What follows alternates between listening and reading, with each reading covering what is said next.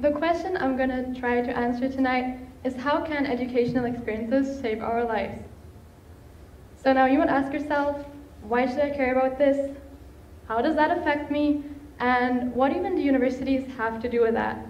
And of course, I've backed up everything I'm saying with sufficient statistics and data. So here's one of the graphics I found, and it clearly shows that 10 out of 9 universities do care about education. Someone imagine that. But going back to the question why you should care about this is because education affects everybody, whether it be students, teachers, or parents. Education is a really important part of all of our lives, otherwise we wouldn't be here right now. But now, before we start up exploring that question, let's all think about this for a moment. What even is education? Who does it affect? And why do we care so much about it? So, per Wikipedia definition, education is the process of facilitating learning or the acquisition of knowledge, skills, values, beliefs, and habits. So who does that affect? Ideally, everyone, at every stage of their life. This is what is often referred to as lifelong learning, the constant acquisition of new information and skills. So this is what education is supposed to be. But now let's have a look at what education can be. So I went and asked some people why school was so important to them and why they're making such an effort to get good grades. And obviously, as to most of the questions, there were many different answers and many different perspectives. But if being completely honest, most of the students said something along the lines to get into a good university, to get a job where I can make a lot of money, or to not disappoint my parents. Immediately, someone replied that they were studying because they actually wanted to. These days, society is putting so much pressure on students to perform well that the actual purpose of studying gets left behind. Of course, university is important, and of course we don't want to disappoint our parents. But should those reasons be the primary objective of our studies? Do you think any of those people most students, and even adults take as an example, do what they do for any of those reasons? Do they care about reputation, revenue, or universities?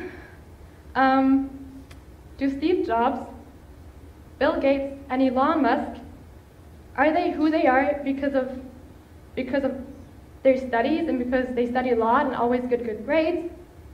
Well, yeah, that's probably true. But much more, they are who they are because they were actually frankly interested in one specific area. Whether it be computer programming, eco-friendly electronic cars, or life on Mars. And they achieved what they did because of real interest in acquiring knowledge, and especially knowledge that was necessary to work on the problems and visions they had. So if we study simply because we're told to, if we study just because that's what society expects of us as students, then we could just as well not do it. There won't be any outcome any more valuable than just the good grades. If there's no real interest in the material covered, then what we learn is most likely to be only temporary. And as that same person 10 years later, they'll tell you they've never heard of polynomial division. And actually, Stanford University has a term for that, this real and actual interest in learning, not just for the sake of grades. And they call it an intellectual vitality rating, and how it works is the following. Mark Miller, grade 12 student at Ashbury, he applied, and it's the usual 99 in English, 100 in math, an embarrassing 98 in bio, paired with a GPA of 4.9 out of 4.0. And then on a scale of 1 to 6, for his intellectual vitality, 1 being the highest, he gets a 3. And what is the result of that?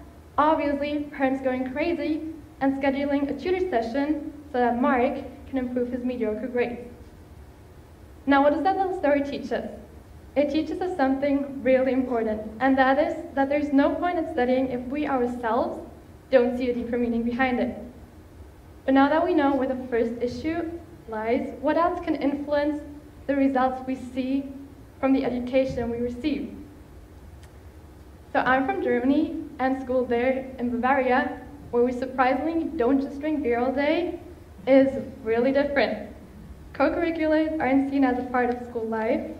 I mean, we do have clubs and sport teams, but they're definitely not a major component of school itself.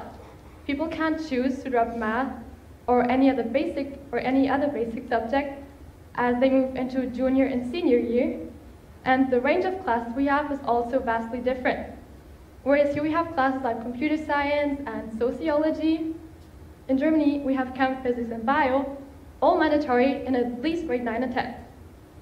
And as this might seem like a minor difference to many of us, this can have a huge impact on the development of the students' interest and what they might decide to do later on in life. I mean, what if Bill Gates had grown up in Munich, serving beer at the Oktoberfest, instead of having learned how to program? We would probably all, without exception, have to type on those machines with a glowing fruit on the back. So education differs immensely depending on who we are, where we are, and maybe even in which period of time we went to school. But once we have figured out what education can do to us, once we have understood the power it can have not only on us, but also on the people we surround ourselves with, and students are motivated by exactly those objectives, this is when people will have fun studying and will be able to use that knowledge that would otherwise have not been possible. And this is how educational experiences can shape our lives.